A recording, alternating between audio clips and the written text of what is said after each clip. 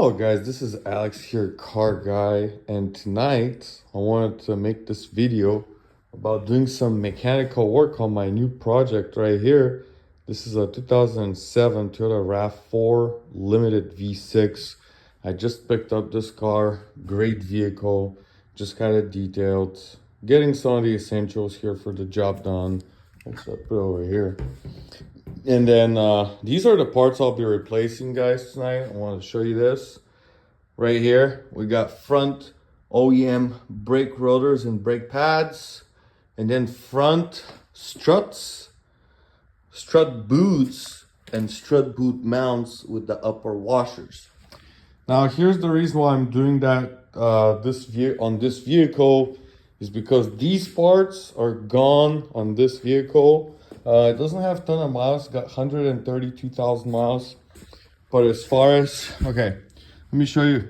Look at the rotor right here. It's not only rusty, but the way the rotors wears, they create an edge right here because they're being pushed inside. So this is the edge on it.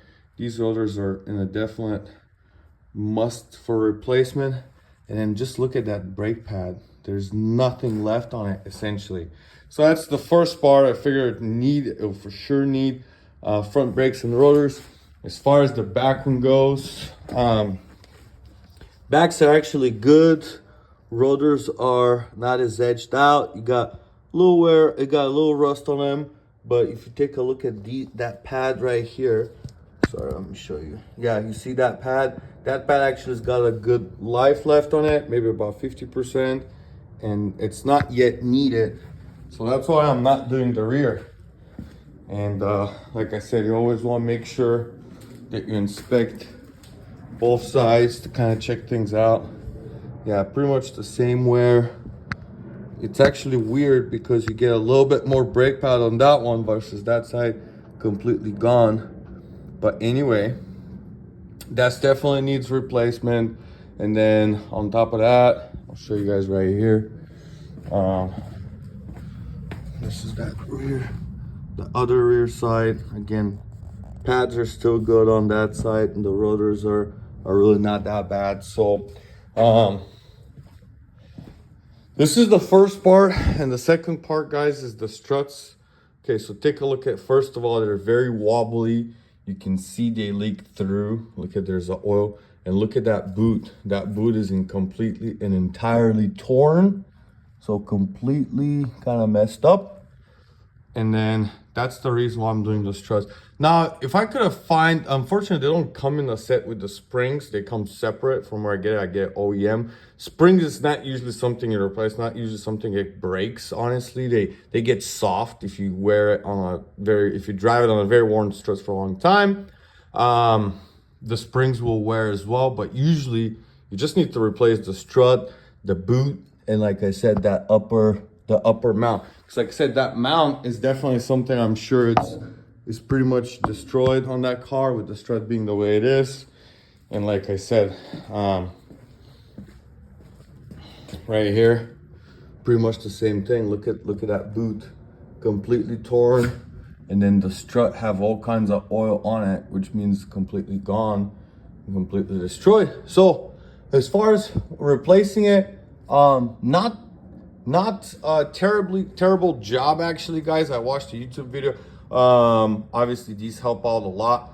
What you have to do is disconnect the sway bar right here, 17 millimeter. These are bigger, like 21, 22 millimeter bolt and nut for the two struts.